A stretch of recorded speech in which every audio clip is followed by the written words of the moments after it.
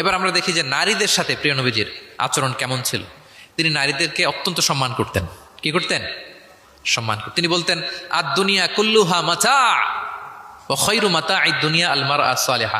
পৃথিবীর সব কিছু যা দেখা যায় সব সম্পদ, কিন্তু এর মধ্যে সবচেয়ে দামি সম্পদ হচ্ছে নেককার নারী। নেককার নারী, কারণ তাদের পেট থেকেই পৃথিবীর সব ভালো মানুষ, মহাপুরুষরা এসেছে, আল্লাহর ওয়ালিরা এসেছে, নবীরা এসেছে। ঠিক কিনা বলেন? নবীরা কাদের পেট থেকে এসেছে বলেন? নবীরা মায়েদের পেট থেকে এসেছে না? এবং তিনি বলতেন, খায়রুকুম খায়রুকুম লি আহলিহি ওয়া আনা খায়রুকুম লি আহলি। তোমাদের মধ্যে সে সবচেয়ে সেরা যে তার পরিবারের কাছে সেরা, মানে স্ত্রীর কাছে সেরা, আর আমি আমার স্ত্রীর কাছে সেরা। প্রিয় নবীজি বলতেন। আল্লাহু আকবার।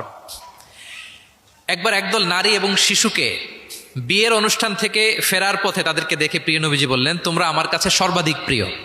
নারীদেরকে তিনি অত্যন্ত পছন্দ করতেন এবং সম্মান করতেন, এবং নারীদের সাথে ভালো আচরণ করার ব্যাপারে তিনি আমাদেরকে আদেশ করেছেন। তিনি বলেছেন, ফাস্তাউসু বিন্নিসাই খায়রা, খবরদার নারীদের সাথে রূঢ় আচরণ করো না, খারাপ আচরণ করো না, তাদের সাথে ভালো আচরণ করো। পুরুষদেরকে যেমনি ওটের উপর চড়িয়ে ওট টেনে হিচড়ে নিয়ে যাওয়া হয়, নারীদেরকে যেন এমনি না নেওয়া হয়। তিনি একবার বলছিলেন যে, খবরদার সাওকা বিল কাওয়ারির রিফকান বিল কাওয়ারির, মানে নারীদেরকে যখন ওটে চড়িয়ে হাওদাজে চড়িয়ে তোমরা টানো, ওহে সাহাবারা তাড়াহুড়ো করো না, ধীরস্থিরভাবে করো।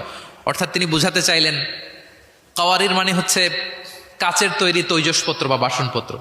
আমাদের ঘরে যে কাচের প্লেট, চামচ, গ্লাস আছে, এগুলো যদি সাবান দিয়ে আমাদের ধুইতে হয়, ক্লিন করতে হয়, আমরা কি করি? খুব সাবধানে এটাকে ধরি, রাখি, ক্লিন করি, তাই না? এটাকে খুব সফটলি ডিল করতে হয়। রাসূল সাল্লাল্লাহু আলাইহি ওয়াসাল্লাম সেটাই বললেন, নারীদেরকে কাচের সাথে তুলনা করে বললেন তাদের সাথে এরকম কোমল আচরণ করতে হবে। এবং তিনি বলেছেন, দুনিয়ার প্রতিটি মায়ের পায়ের নিচে আছে তার সন্তানের বেহেশত। সুবহানাল্লাহ। এবং সন্তান জন্ম দিতে যে কোনো নারী যদি ইন্তেকাল করে, প্রিয় নবীজি বলেন, ওই নারীকে আল্লাহ তাআলা কিয়ামতের দিন শহীদদের কাতারে দাঁড় করিয়ে দিবেন।